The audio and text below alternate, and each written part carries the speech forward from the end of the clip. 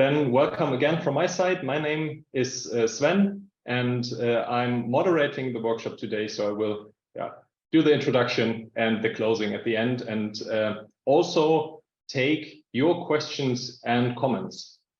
So it's important to us that we have as much interactive session as we possibly can in this virtual format. So if you have any questions, thoughts, experiences that you want to share during the workshop, please feel free to do so. We always have the chat where you can type in anything you want to share with us. And we can also directly use the microphone. A few of you already tested their microphone, so some are working at least. And ask questions directly. We're a comparably small crowd today, so we have the time for questions and discussions also in between. Feel free to do so. The more interaction we have here, the more we will all take away from this workshop. Having said this, I want to give a very short introduction to us as a company, because I knew there are some people in the crowd today who don't know us or what we're doing. We, as CQSE, are a company dedicated to the topic of software quality. We exist since 2009, so some 14 years at this point. We have, to this day, 59 employees working dedicated on this topic of software quality with different aspects. And today, the topic is fast feedback from long-running test suites, so a quality topic with regard to software testing. And we have 3 speakers today who will introduce themselves in a minute. And also, we have you here as the participants. And I took the freedom to bring with me the logos of all the represented companies that we have here today. That is by the registration last week, I think we took the snapshot. And I think this shows very nicely that this challenge of getting feedback from long-running test suites is a challenge that exists across industries, across technologies, and is a very interesting one to all of us. And with that, I'm giving the stage actually to our first speaker here. Raphael, welcome on board, and let's dive into the contents. Thank you very much. Hello, everyone, also from my side. I'm Raphael. I work in the test intelligence team at CQSE, which means I help our customers improve their testing processes. Also, I'm doing my PhD in the field of test optimization, so I'm actually also doing research in this area myself. Okay, successful software grows, and along with it, usually the test suites grow as well. And a lot of our customers have thousands or even tens of thousands of test cases that might take days or even weeks to run them all. This means when you want to get feedback, it also takes days or weeks until you finally have your feedback. And that's painful for a number of reasons. On the one hand, a lot of changes usually happen during such a long time frame. And if you find a fault and fix it, you will have to wait another several days or weeks even until you know if it broke anything else. There is one straightforward solution to this, to get quick feedback even for a big test suite, which is to run a small subset more frequently. But here, the difficult but essential point is to select this subset so it finds a big part of the fault and only a small fraction of the time. And in this talk, we want to present to you 2 techniques that achieve this goal with different costs and benefits. The first is test impact analysis, and the second is Pareto testing. The presentation is divided into 3 parts. First, I introduce these analyses and present their basic ideas. Also, I will show some results from our research. Then Thomas will show a demo of these analyses live in our tool, Teamscale. And in the third part, Fabian presents the results of a study we did with one of our customers to evaluate these techniques. All right, let's get into it. When I think about testing, I often imagine a pyramid, or this classic testing pyramid. At the base, we have lots of unit tests, which run very fast and test small parts of the system. And then the higher up I go, the fewer tests I have. And these tests go through larger parts of the system. These higher level tests, sometimes called system or UI tests, bring a lot of value because they can find faults that I can usually not find with my unit tests. But on the other hand, they also take much, much longer to run. They can often not be parallelized as easily. They sometimes depend on external systems, and they might also be difficult to virtualize. So there are several difficulties with getting these to actually run fast. Let me give a couple of examples. We have several of our customers also have test suites that they can only run overnight. For example, one work time management system has tests that last for roughly 500 hours. Well, you might say that's a bit more than overnight. Yes, they actually put them on 50 machines in parallel, so they can still run it in roughly 10 hours, which barely runs through overnight. However, this means they tested exactly one version of their system. Any other older versions that are still maintained cannot be tested then. Another example is that's even worse is if you have these hardware in the loop test stands. For example, like this one here. Here, the tests of one of our customers take about 20 days if you run them 24/7. And as you can imagine, it's also way harder to parallelize this because these test stands are very specific. They are very expensive hardware, so it's not that easy to just put more of them. And to deal with this, we have implemented the test impact analysis. What this does is, instead of executing all the tests every single time, we choose tests based on the changes to cover those changes. Let me give you an example based on our own software, Teamscale. We have a visualization here, which is called a tree map.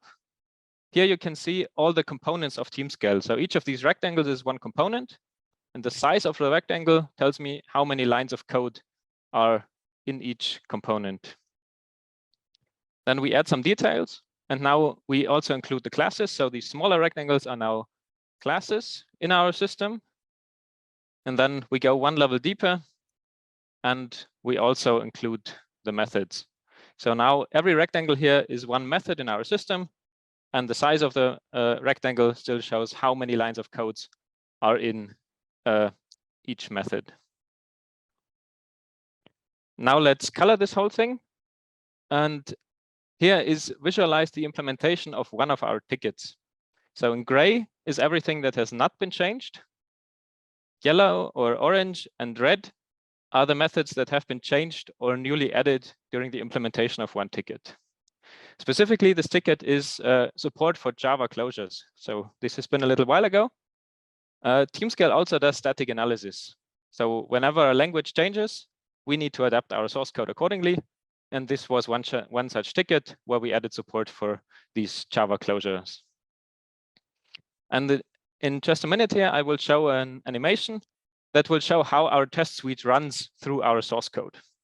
So when a new test case is executed, it will briefly be shown in white and then fade out to green. So whenever new test cases are run, they are white, and then everything that's green has already been tested.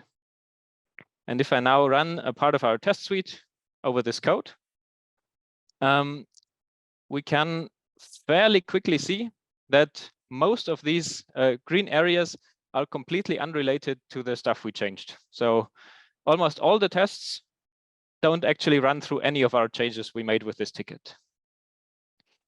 Which, if you think about it, makes sense because Teamscale does a lot of other stuff. We don't only do static code analysis, we don't only do Java with static code analysis. So most of these tests are completely unrelated and test completely different things.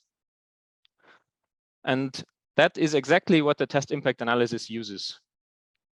So the basic idea of test impact analysis is we ignore all the tests that cannot find any faults because they do not run through any changed code since the last test execution.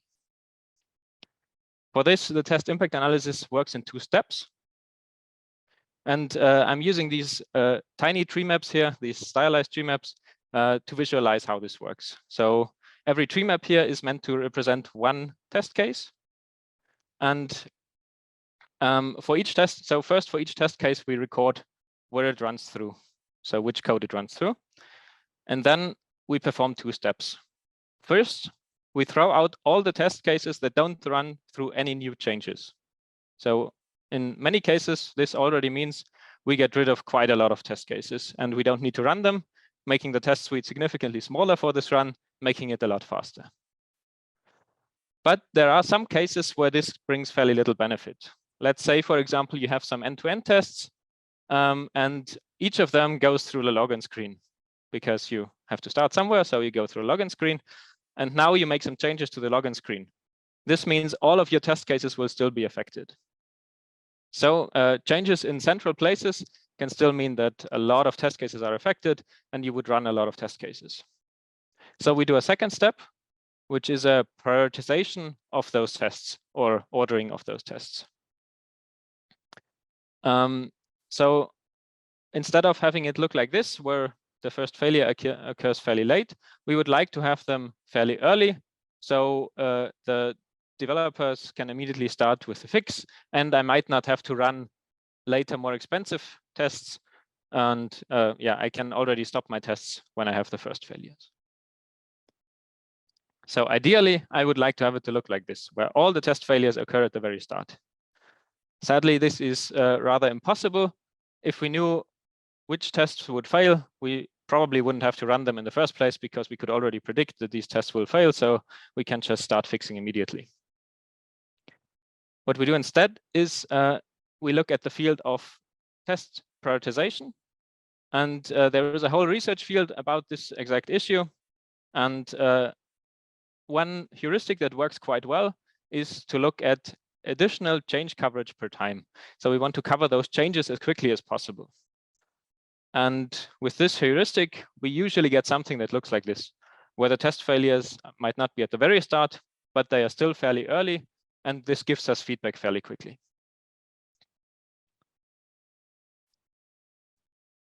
So to learn what this actually brings us in practice, we did some research on this. And we compared the test impact analysis to the full test suite. And for this, we executed it. For example, we took 1% of the total test runtime with those tests selected by test impact analysis, 2%, 3%, and so on, and compared it to the runtime to the fault detection of the full test suite. We did various research papers on this, looking at different things. Some looked at actual errors in open source systems or in industry systems in the actual history. And we also looked at artificial faults, which are a lot easier to introduce, and so we can get bigger numbers here. And we found that on average, with only 1% of the execution time of the whole test suite, we can find 80% of the faults in the whole test that the whole test suite finds. And if we are generous and give it 2% of the runtime, we find 90% of all the faults that the whole test suite can find. At this point, you might say these numbers look a bit too good to be true. This is actually not because these algorithms are that amazing. It's mostly because retest all is just that bad, because you're usually testing almost exclusively stuff that's not relevant, or not mostly testing stuff that's not very relevant to the changes you made. So it's really getting rid of all of this redundancy gives us just this huge advantage. So what do we need to do to actually use this technique? There are 2 steps. First, we need to record test coverage with our profiler. This means we attach a profiler to the execution of tests, be that manual or automated, and then this profiler records the test-wise coverage. Then we upload this to Teamscale. And in the second step, we integrate in the CI pipeline. This means we get from the CI pipeline what has changed since the last time the tests were run. And then for each test run, we filter and sort our tests, and then only execute this ordered list of impacted tests. And this allows us to then very quickly find a lot of the newly introduced bugs. This was the theory of the first technique. Do you have any questions so far?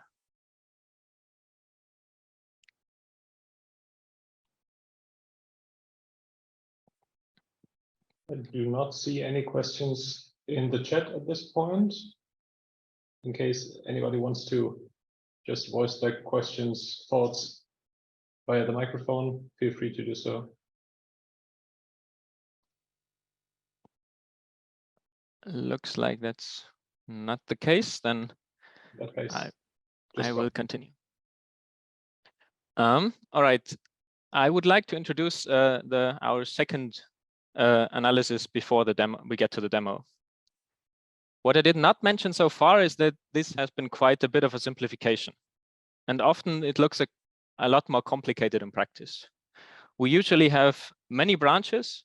We have many test runs per day in many cases. We sometimes have gigabytes of data, or even tens of gigabytes of data each day generated here.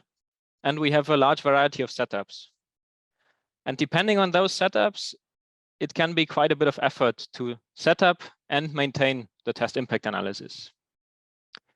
So we asked ourselves, is there maybe an easier option out there? To spend a little bit more time on the tests, get slightly worse results, but save on the effort of setup and maintenance. And to do that, we decided we do not consider the changes, but instead we use the redundancy that is often present in big, historically grown test suites. For this also, let me give you an example to make it a little bit more tangible.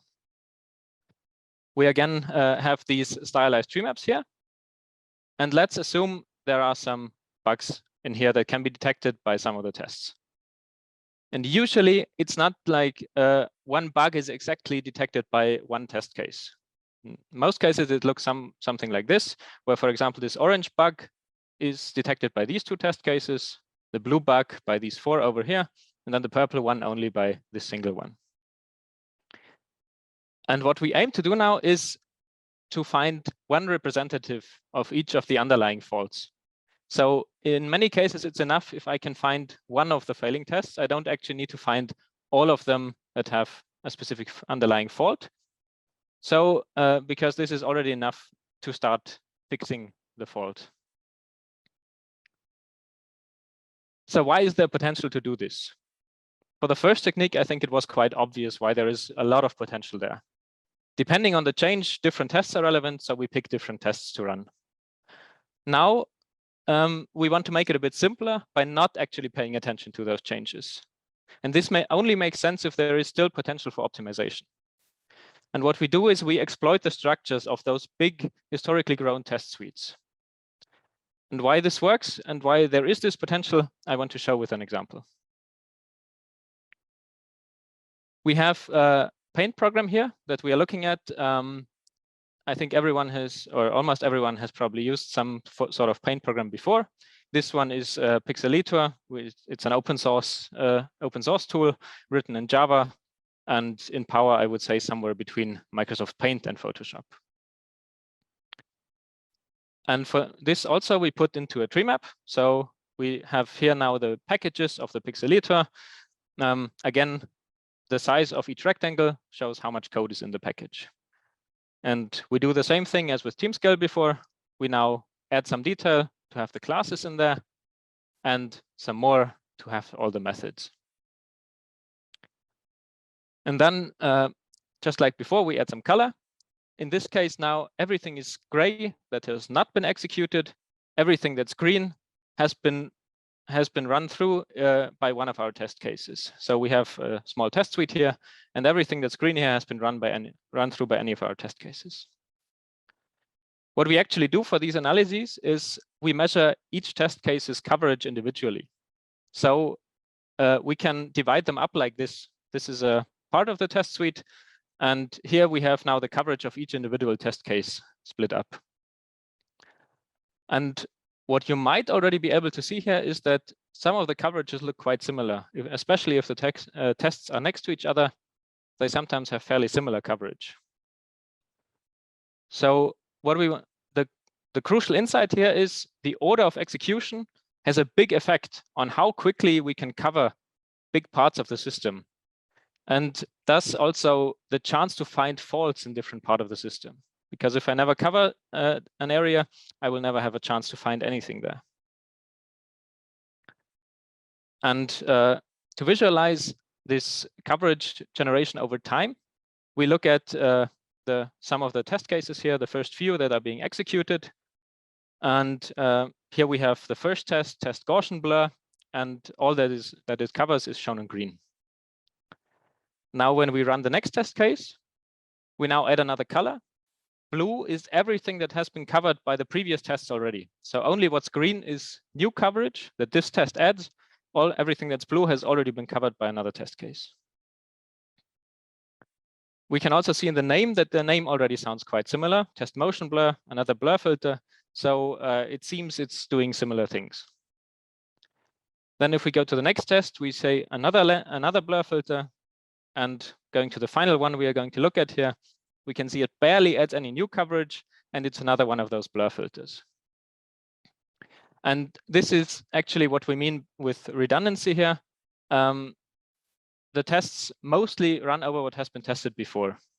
And what we actually know from studies is often either all of these tests will find faults in those areas or none of them will. It's of course not always the case, but often. And we can get a good cost to benefit ratio if we execute only one of them. And what does this mean for our coverage generation over time? This is a chart. On the x-axis, we have the relative runtime of the whole test suite, and on the y-axis, the relative coverage of the test suite. And what we can see if we draw in the coverage over time is it's roughly proportional to the runtime. And now let's try to modify the order to improve this. So the idea of Pareto testing is we change the execution order to quickly find as many faults as possible. And for that, we always pick the next test as the one that generates the most additional code coverage per second. So we want to generate coverage as quickly as possible. And we can already see in the name that this test is completely different from what you had before, test create and modify selection. And if we now look at the next test case, we can see there is a lot more green left. Also, if you look at the test case name, we can see that it's in a completely different area. It doesn't seem to be related to the previous test case. And if we also go through the first few test cases, even in the last one, we can still see there is a lot more green left. Before we had less than 10 additional methods. Here it's still about half. To point out just how big this difference is, we have another visualization here. Here we have all of the methods that have been covered or covered by previous test cases next to the actual tree map. And if we look at, this is the default order, and we can see in the last one, there's barely anything left that's newly covered. If we now show on the right side the Pareto testing, you can see it's still, roughly half that's being newly covered. And also on the first one, we already add way more coverage than we had before. And what this means for our curve here is that instead of compared to before, we have a way steeper climb. And if we now, for example, cut off at the green line, instead of having 10 or 20% of the system covered, we would already have over half of the system covered. So over 3 times as much already parts of the system where we even can find bugs or faults. So how much do we gain from this? Because in real life, it's not really the coverage that matters, but finding faults that's actually crucial. So for this, we did the same analysis as for the previous technique.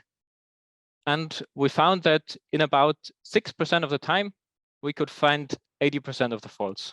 So not as good as before, but still very big savings. And if we use 11% of the time, we can get 90% of the faults. Not as good as test impact analysis, which is expected because we use less data, but on the other hand, it's also easier to set up. If you look at what we needed to do before, for each test run, we needed to look at what has changed and which code was changed. And we also have to keep the coverage up to date as much as possible to get the best results. For Pareto testing, this is quite a bit simpler. We just we perform this optimization once, and then we keep this list for quite a while, so a few months, and then you have to only do an update after that. So you can leave it fixed in your pipeline for quite a while, and then after that you do an update of that list. So to summarize this, we have two different procedures. Both are valid on a cost to benefit spectrum. We have, on the one hand, test impact analysis is a bit more complex to set up and maintain, but gets significantly better results. Pareto testing, on the other hand, is not as good, but cheaper. The key difference is that TIA selects tests based on the changes for each individual test run, which allows it to find 90% of the errors in only 2% of the time. Pareto optimization only needs to be executed in larger time intervals, but it needs 11% of the runtime to find 90% of the errors. So this would be the theory part. Do you have any questions at this point?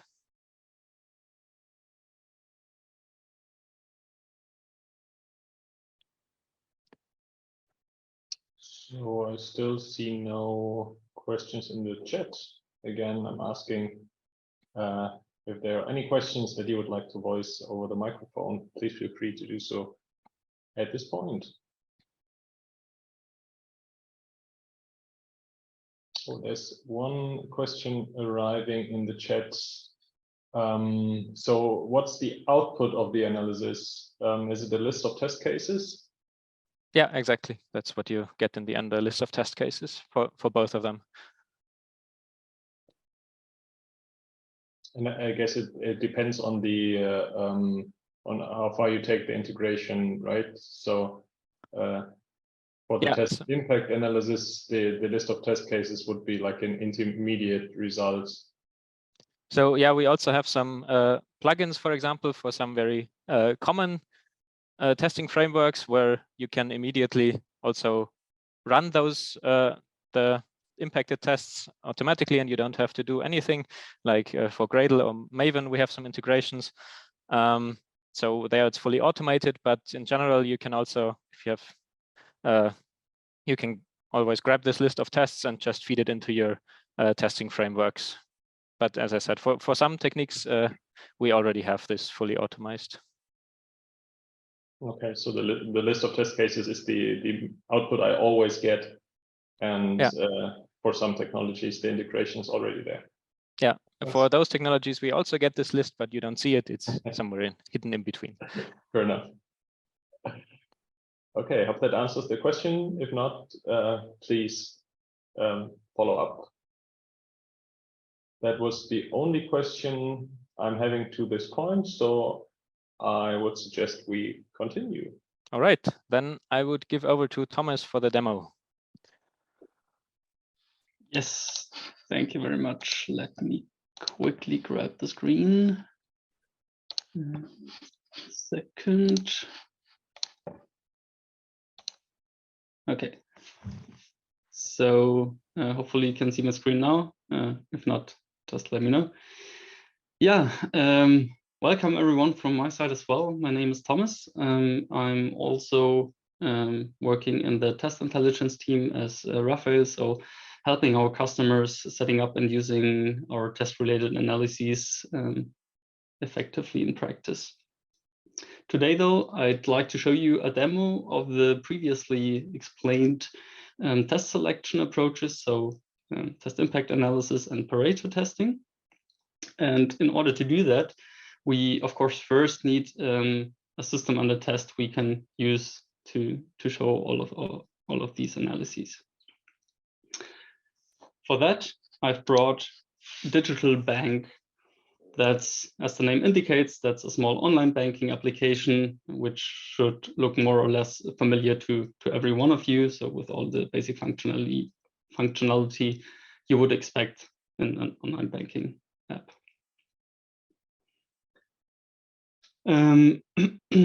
For test impact analysis, we not only need a system under test, but we also need a set of recent changes which we want to cover by our tests.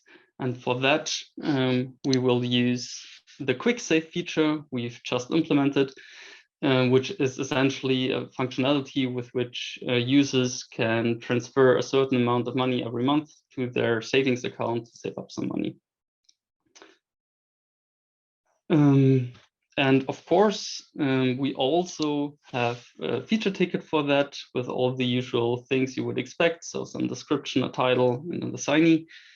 But we'll have a closer look on that a little bit later in Teamscale itself. There it's also interactive, and we can see a little bit more info compared to the slide right here.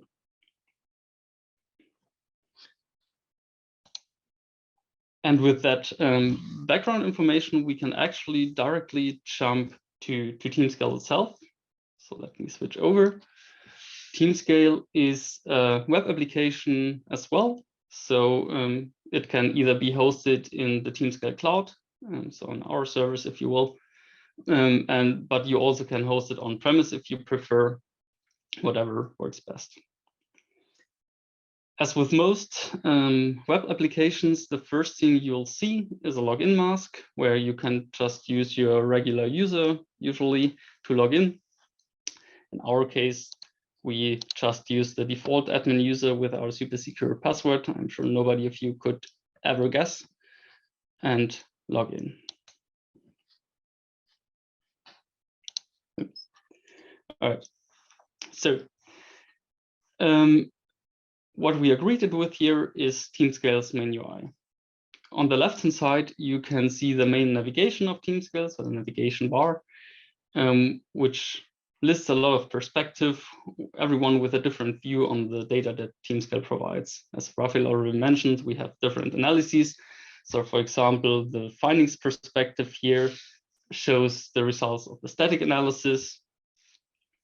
We have a test gaps perspective here, which shows the results of the test gap analysis. So essentially where are still some areas of code that have not been tested yet.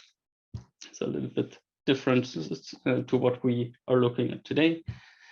And right here at the bottom, we have some configuration pages, for example, where you can configure your project or the whole system itself. Right now, we are in the activity perspective, which is quite similar to what you'd expect from a Git log. So you just have a list of all your commits in the repository. And additionally, if we scroll down a little bit here, you also see that there are some test coverage uploads, which we need to conduct the test impact and Pareto testing analyses. On most perspectives,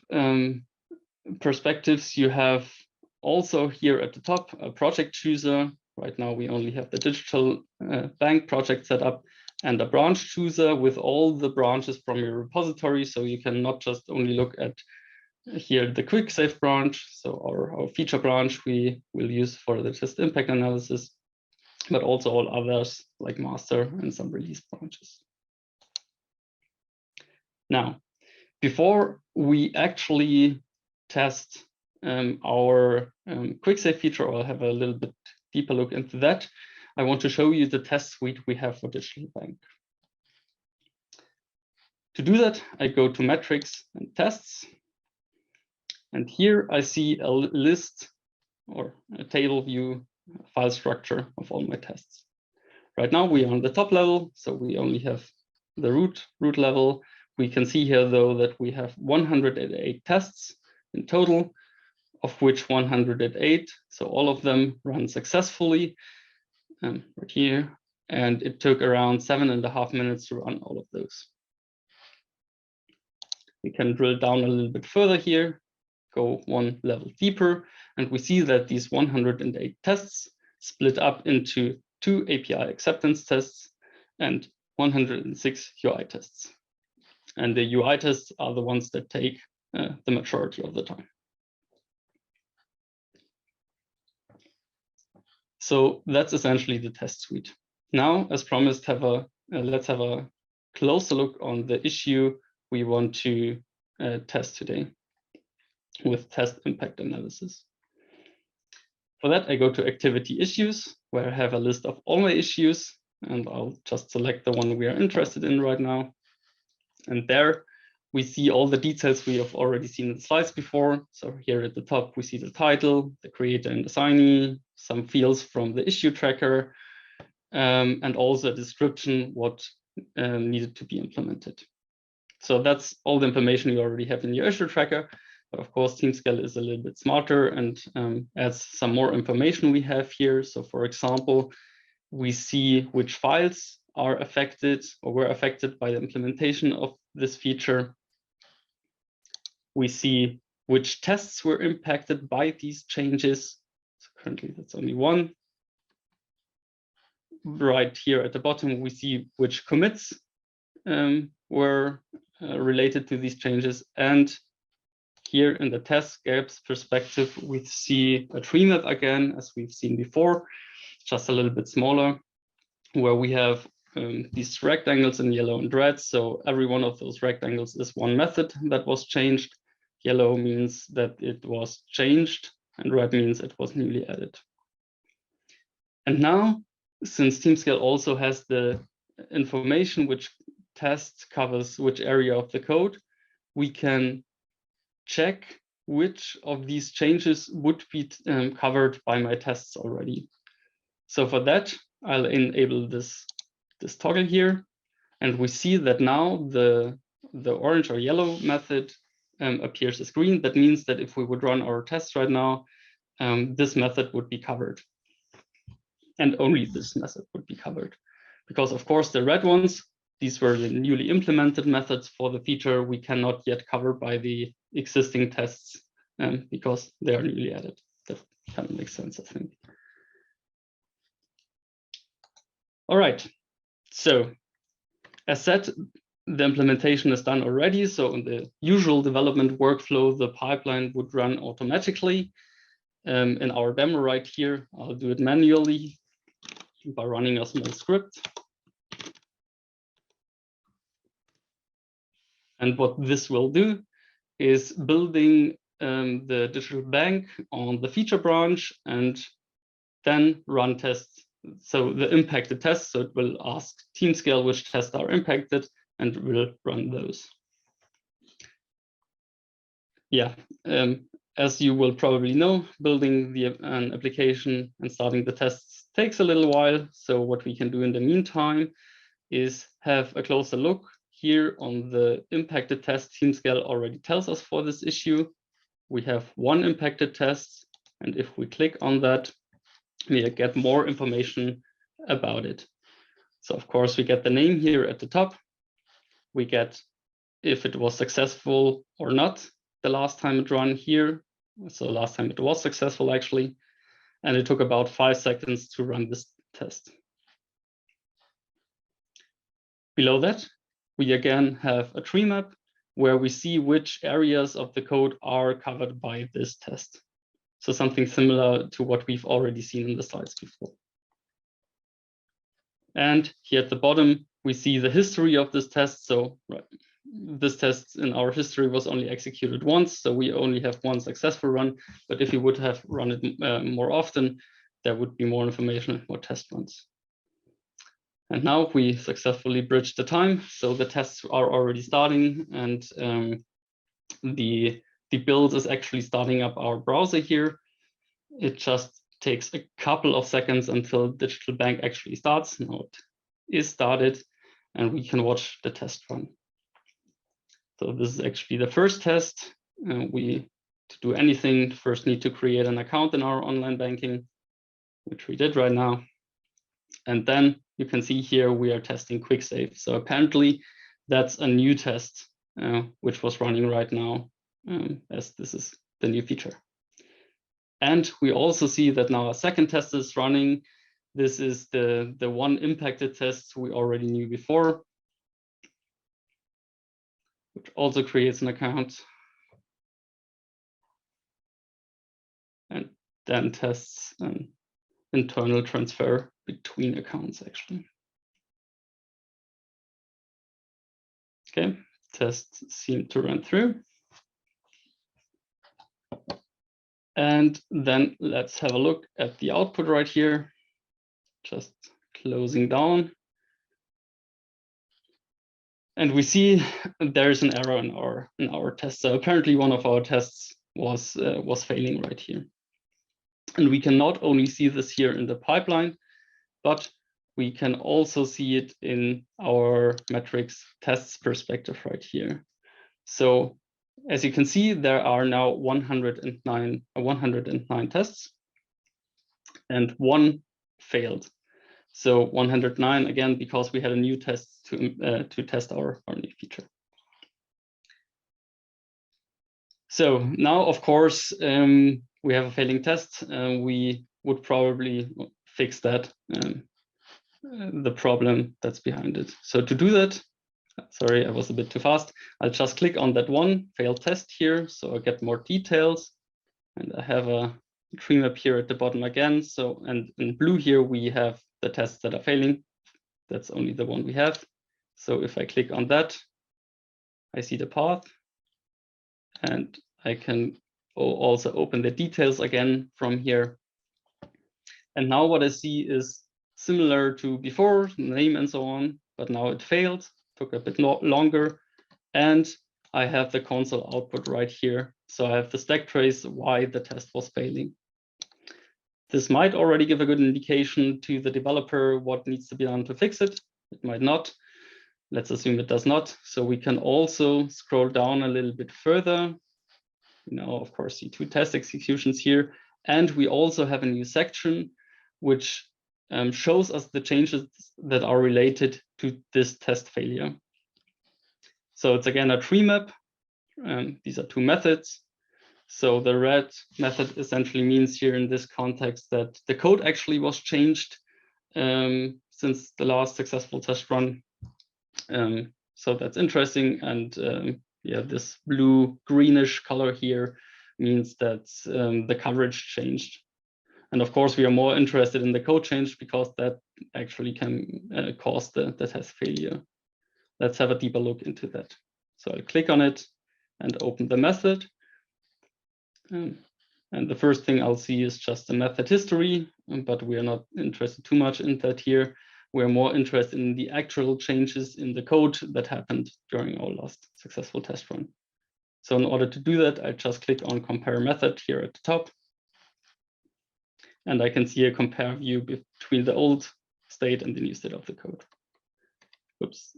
And if I scroll a little bit further down, I also see what actually has changed. So you can see here right at the bottom, there's even a to-do that says that this code was disabled for debugging. It seems like it's some error handling that was just disabled.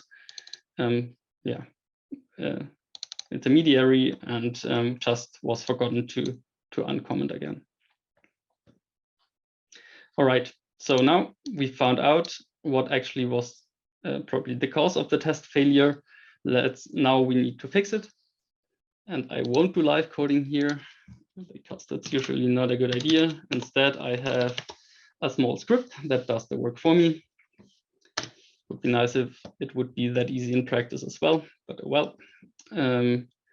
So right now the script just committed the fix for me and also starts to run the pipeline again. So what usually would happen if you push your changes to your build server or to your Git server.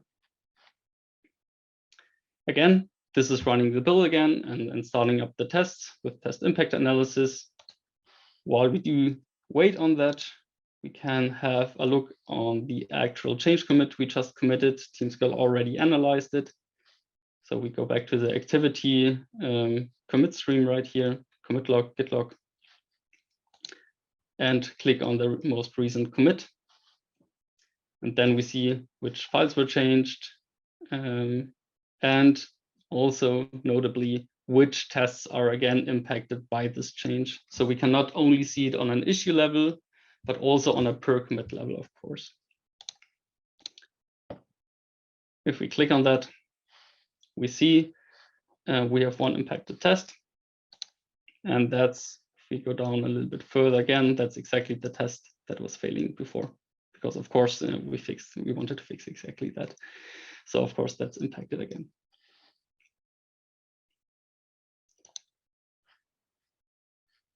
All right, so essentially now the tests are starting up again. We would expect that the one test we just saw is executed once Digital Bank actually started up.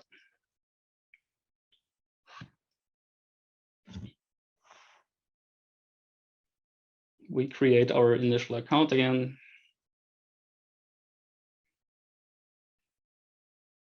And do the internal transfer. And now you see, if you watch quickly, that there actually was an error message. So the error handling seems to be working correctly again. And I'm sure the build will confirm that. Yeah, the build was again successful. And again, in the background, we uploaded the details of the test runs, the coverage and so on to Teamscale. So if we go back to our metrics test perspective, we now see we have 0 failed tests and 109 successful tests, which is exactly what you want. And also the duration increased a little bit because apparently my machine was slower compared to the one we used initially to collect the test-wise coverage, but that doesn't matter too much. All right, that's the demo of the test impact analysis. The second thing I want to show today, of course, is the Pareto testing. And for that, we go to task gaps and test selection.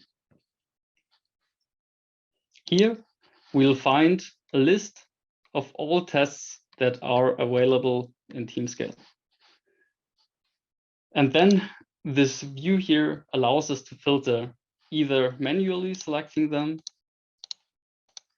or by adding some filter criteria. So if you only want to prioritize tests that take longer than, I don't know, 3 seconds, you can add 3 seconds here, and the list here below will be filtered accordingly.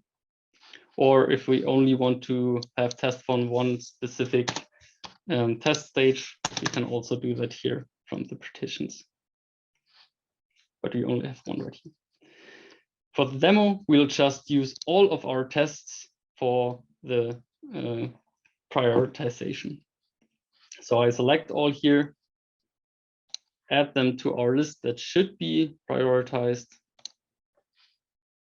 go back to the selected list and actually compute the ranking here. It will take a second or two, and then we'll see something what we've similar to, again, what we've seen to the slides before. So I'll go over it in detail, of course.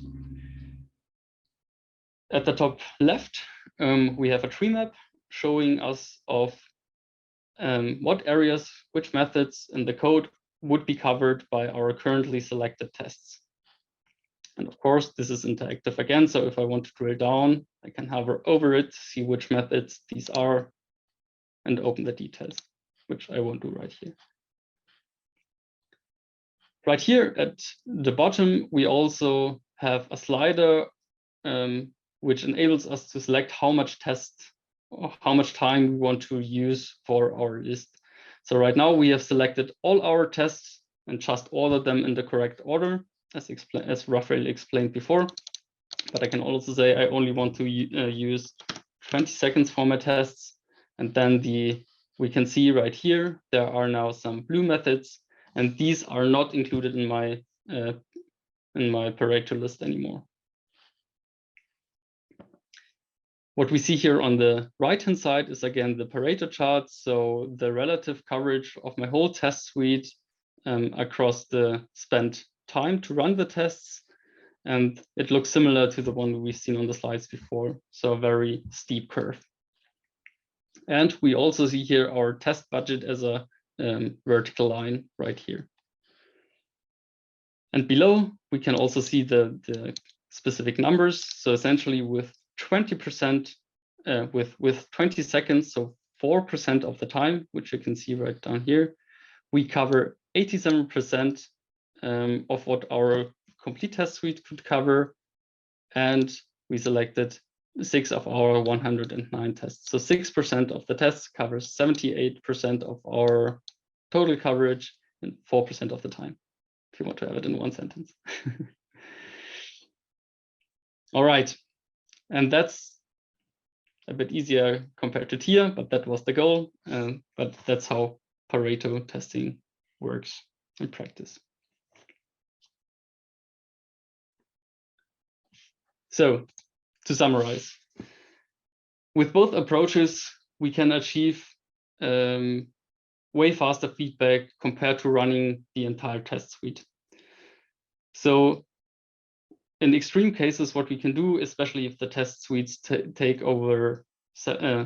several days to run, is instead of implementing something and waiting a couple of days for the feedback, we can implement something, only run the impacted tests, find the test failure, fix the bug, and run the tests again in a comparable or even low amount of time compared to running the whole test suite. And so the feedback is, of course, way faster, and you can develop way easier and better as well, as you don't lose the context that much anymore. Do you have any questions to the demo?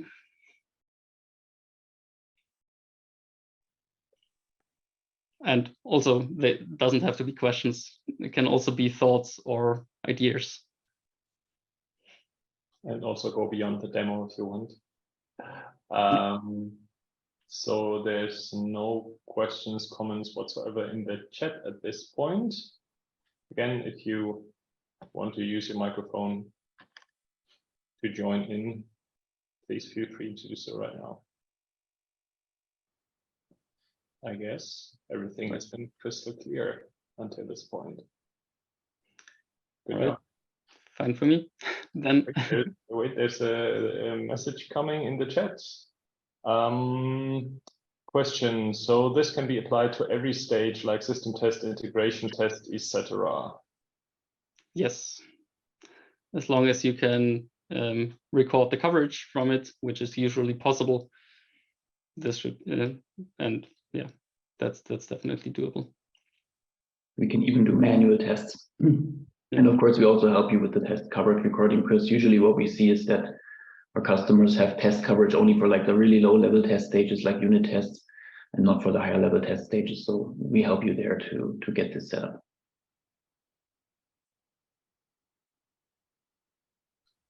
And we can even do this across test stages or environments, right? So we can do the selection for the entire, like the virtual combined test suite of everything. Yeah, exactly. Okay, sounds good. I hope that answers the question. If not, again, just follow up, please. And we're happy to discuss this in more detail. For the time being, since there's no further questions, right, I would say we proceed. All right, then I will take over. Hi, my name is Fabian. It will not surprise you that I'm from the same team that the other two people were from. So I'm also helping our customers to set up these sort of analyses, and I've been doing so for the last, I don't know, at least 5 years. In the last part, what I would like to talk about is how did we actually apply this in practice? And I have one case study with me from our customer, Bayerische Versorgungskammer. They're a big German insurance company, basically, and they've been doing insurance for over 100 years now. And they have a lot of IT systems. And for one of those systems, they were interested in speeding up their test suite. And what we did with them is what we call a pilot project. And I'll quickly talk about how that works.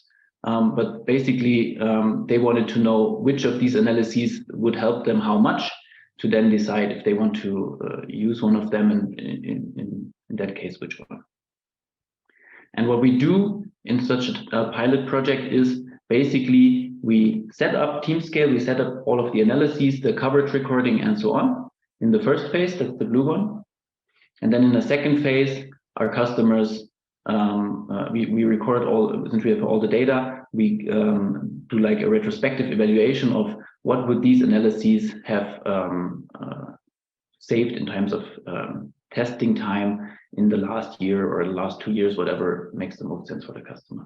So they can get a feeling for how effective are these analyses with their own data.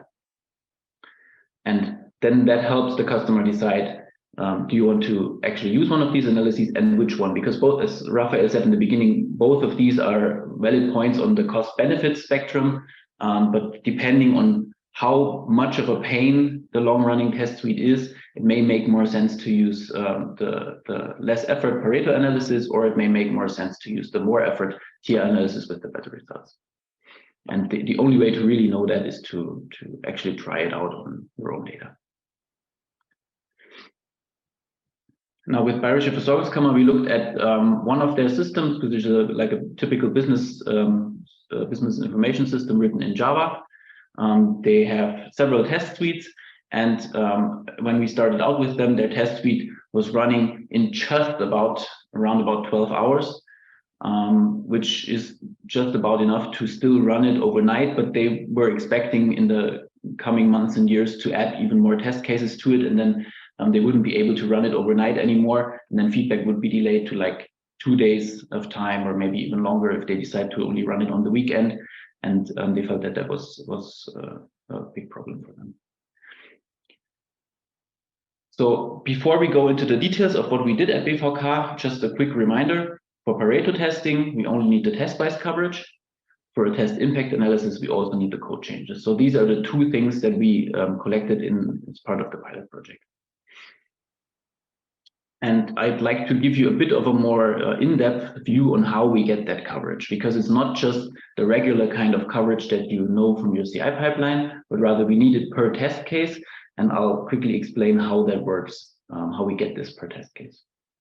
What we have is we have a test environment where you usually run your application. In the case of BVK, this is the server where they run this in a Java application in a Tomcat. But it works the same way if you have a C# application or do the tests on your desktop environments or whatever. And then you have either an automated process if you have automated tests, or you have your manual testers if we're talking about manual tests that we want to measure that interact with the application. And for automated tests, this can be, of course, all kinds of different types of tests, both API tests or like end-to-end UI tests, what have you. And what we do now is we install a so-called profiler. This tool basically interacts with your application when it's running and records which lines of code are being executed while the tests run. In the case of Java that we have here, this talks to the Java virtual machine, which is the runtime environment of the application, and gets events from that. In other cases, like for example, C++, the instrumentation happens in the actual application. It always depends a bit on the technology that you use, and it's a different profiler for each of these technologies. But basically, they all do the same thing. They just record which lines of code are being executed, no matter if it's an automated process that does something with the application, or if it's a human clicking through the UI or whatever. Now, this is the same thing that happens in your build pipeline. If you already record coverage there, you just get a list of which lines are covered, which lines are not covered. What we need is this per test case. And there's one additional thing that we need here. We need to know when a certain test starts and when it ends, because then we can cut up this big blob of information about covered lines into different test cases. And so either the automated tool that runs the test cases up here needs to send these test start and test end events to the profiler, or the tester, then usually we have like a little UI where the tester can click, okay, now I'm starting a test case, now I'm ending a test case. With that information, the profiler not only produces one file with all the test coverage, but rather a lot of files, one per test case. And the profiler also sends these automatically to Teamscale.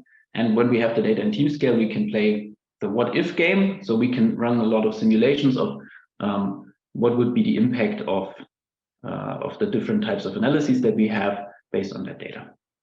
And this is what we did at BVK. Basically, we looked at the code state from 1 year ago, recorded the test-wise coverage for that, and then for the year after that, for all the code changes that happened, we could see what the impact would have been of these analyses. How much faster would the tests have been if they had employed the analyses already then. And the first result you get in Teamscale is what you've already seen, the test-wise coverage, meaning for every test case, you now know which code does it run through and how long does it take. But as an ancillary result, you also get, of course, the coverage of the different types of tests that you have for the whole test suite. So in the case of BVK, they had obviously unit tests that run in the pipeline. And then these two were the test suites that we were interested in to optimize, because these are the long-running UI tests. One is GEFO test, which is like they run through different kinds of business cases in those tests and see if the right results come up. And one is chain test, which is basically also these types of business tests, but they chain several tests one after the other, so they can reuse the test data that the previous test set up. So these are even longer running. And what you can see is the coverage of each of these test suites over the whole system. And you can see the unit tests, they don't do quite as much coverage and are more local, whereas these sort of high-level end-to-end tests go over the entire system. But also the GEFO test and the chain test, they produce roughly the same coverage. There's not much difference there, which already hints at some optimization potential here. So that's a nice result. Oftentimes our customers don't yet have test coverage for their high-level test suite and don't know where do they run through, and do we maybe have some blind spots where we have no coverage with the high-level tests. That's usually already interesting. But the main thing we want to get out of this POC is to find out how much test time can we expect to save with test impact analysis and with Pareto testing. And that's the second part here. What do we do here? Basically, since the time we recorded this test-wise coverage, for every day afterwards, we know exactly from the version control system what they changed in their system. So all the code changes that developers committed there. And for those code changes, we can run test impact analysis, which gives us a list of impacted tests. And of course, Teamscale also knows how long these impacted tests, what time they take to run. So we know the runtime that Teamscale, that the impacted tests selected by Teamscale would have needed on that day. And then we can compare this to what they do now, which is to run all of their tests every day, and can see how much of a potential do we have for time savings. And that for every day in that year of time that we looked at BVK.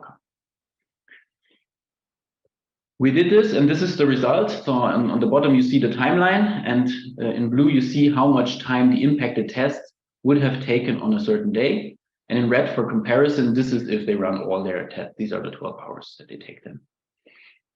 And when we got this result, the first nice thing I noticed was that on almost all of the days, if you paint the line for 50% of the whole test suite, so only half of the time, and there's almost no days in the time frame of I think 2 years. It was actually, I spoke before.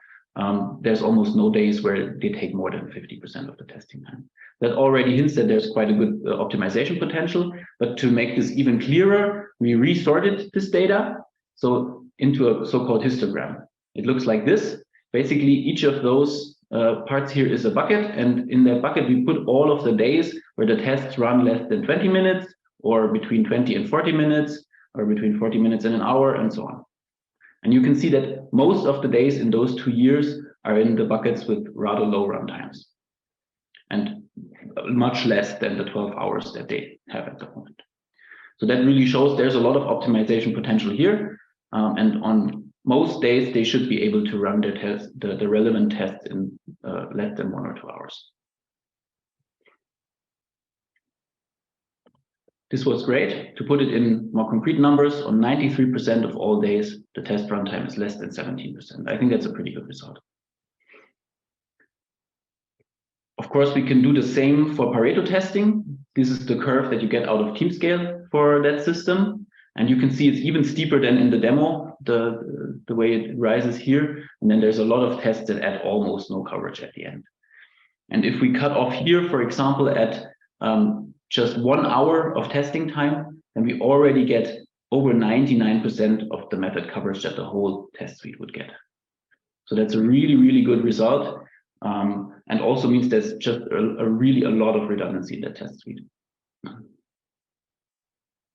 Of course, it could be that by selecting such a small time window here, we're selecting a lot of tests, and then afterwards we're making a lot of changes that go that are not covered by any of those tests. And we wanted to make sure that that is not a risk that we're running into here at BVK, that maybe we're only selecting the tests for the legacy area that they're not touching anymore or something like that. So we also did another analysis where we compared the tests that we selected with the Pareto method to the ones for the different days that were selected by the impact analysis, to make sure that at least some of the impacted tests that actually run through the code changes are also always on the Pareto list. And the results here were also good.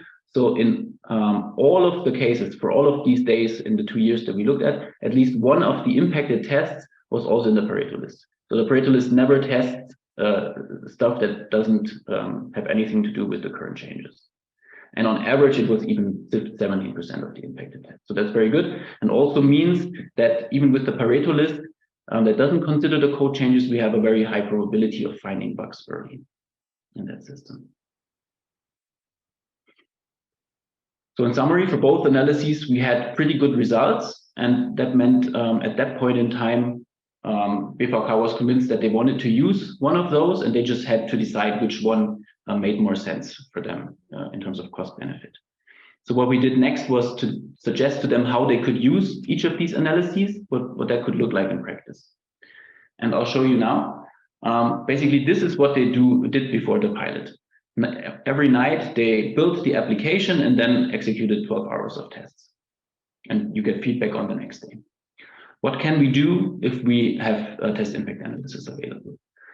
Basically, during the day, when usually normally no tests are running, we can now also run tests. And we suggested to them to use an approach called time boxing. So basically, during the day, they spend a number of 2-hour intervals where they first build the software. This takes a while for that system.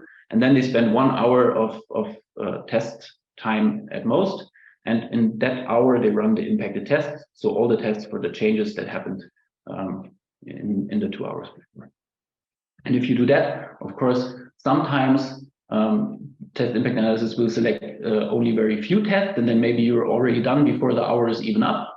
And sometimes it will select a lot of tests, and then we still cut off after that hour to also give the code changes that happen in that time frame a chance to get their tests in the next slot as well. And what that means is now, instead of having to wait until the next day, they can get feedback within 2 hours on their code changes. And we suspect this will work very well, because most of the days, even if you take all the code changes from a whole day, they will not take more than 2 hours to run. Of course, it still makes sense in regular intervals to rerun all tests, because maybe sometimes the time boxes will overflow because they changed something very central where a lot of tests run through. Then we still have the nightly run as a backup. So if the fast feedback did not find the bug, then the slow feedback still will. So you don't lose anything, you only gain the fast feedback. For Pareto testing, basically we can do the same thing. So during the day, we can also do a sort of time boxing, but in this case, we always run the same tests in each of those time boxes, namely the ones from the Pareto list. And we just cut off the Pareto list so the tests fit in that time slot. So basically select the 1 hour that I showed before in the diagram. And we know from before that that will also have a high likelihood of finding the bugs and give people feedback within much less time, namely 2 hours here.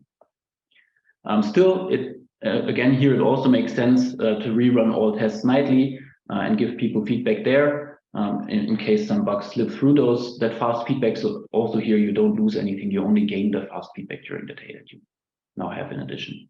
And then once a month, or maybe in larger cycles, I think nowadays they do it like once every 3 months, you update the Pareto test list to also include, give new tests a chance to be included in this. So after we presented this, BVK was convinced, and in their case, since the Pareto testing had such good results and also such a large overlap with the impacted tests anyways, they decided to take the less effort analysis and implement Pareto testing. And BVK now regularly uses this for, I think, 3 projects it is now. So they also rolled it out to more projects afterwards. And once that was done and a year had passed, we were asking ourselves, did the promises that we make in the evaluation actually come true in practice? So we looked again at the data from 1 year of usage of the Pareto analysis to try and find out how many of the test failures that they would have found only in the nightly build without Pareto analysis did they now find with the Pareto analysis. And the result was quite good as well. So with just 5% of test runtime that the whole test suite takes, they now find 70% of the failing commits in these short runs during the day. So people get feedback on 70% of the bugs already during the day instead of only on the next day. So that was a real speed up for them. So much for this case study. Are there any questions?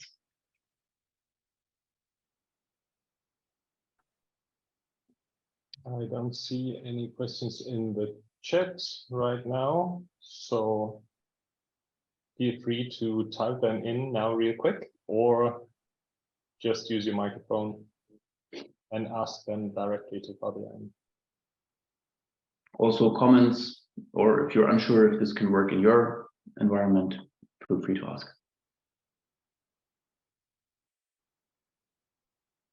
All right. If there's no questions remaining, then that concludes our workshop. Thanks for participating.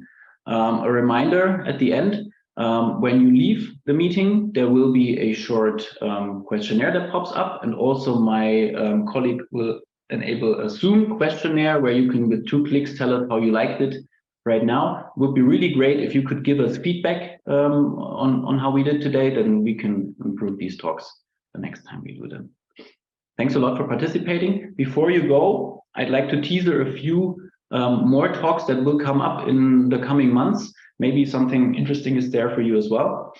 For one thing, we have a talk in German. So if German-speaking people, I think, are here as well, then this might be interesting for you. This is a talk with one of our customers, Athos Software AG. They do like time tracking software. And there you can see how they applied these analyses that we showed today in their particular environment. And also Bernd from Athos will talk about this himself. And there it was quite challenging for us as well, because they have a really large test suite. Raphael mentioned it at the beginning of the talk, with 80,000 tests. And also we had to learn a bit about how to scale our analyses to that kind of level. And I think that might be quite interesting to hear. After that, we have another German talk about test gap analysis. I think Thomas already mentioned this in the demo, which helps you find untested code changes, which then cause a lot of production defects.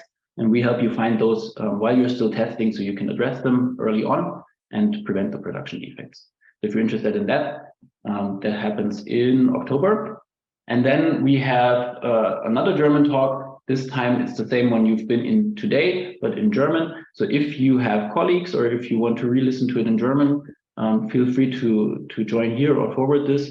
Then we have the same thing again in German. All right, that's it.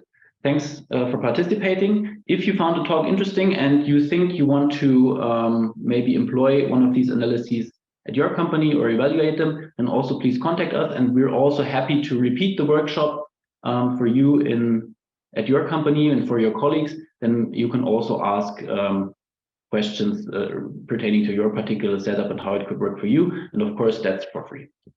So just let us know if you're interested in that. Yes, and also if you want to share these details of today with your colleagues, for example, as I mentioned in the beginning, we'll be sending around the recording as well as the slides to you. We'll do some post-processing, but you should receive an email with both the slides and the recording somewhen later this week. So you can look up the details, share this with your colleagues, your team, your bosses, or whoever you want to share that with. Yeah, so you have all the contents right at your disposal. Okay, I'm having a look again at the chat. There's some people saying thank you for the presentation. Thank you all for participating.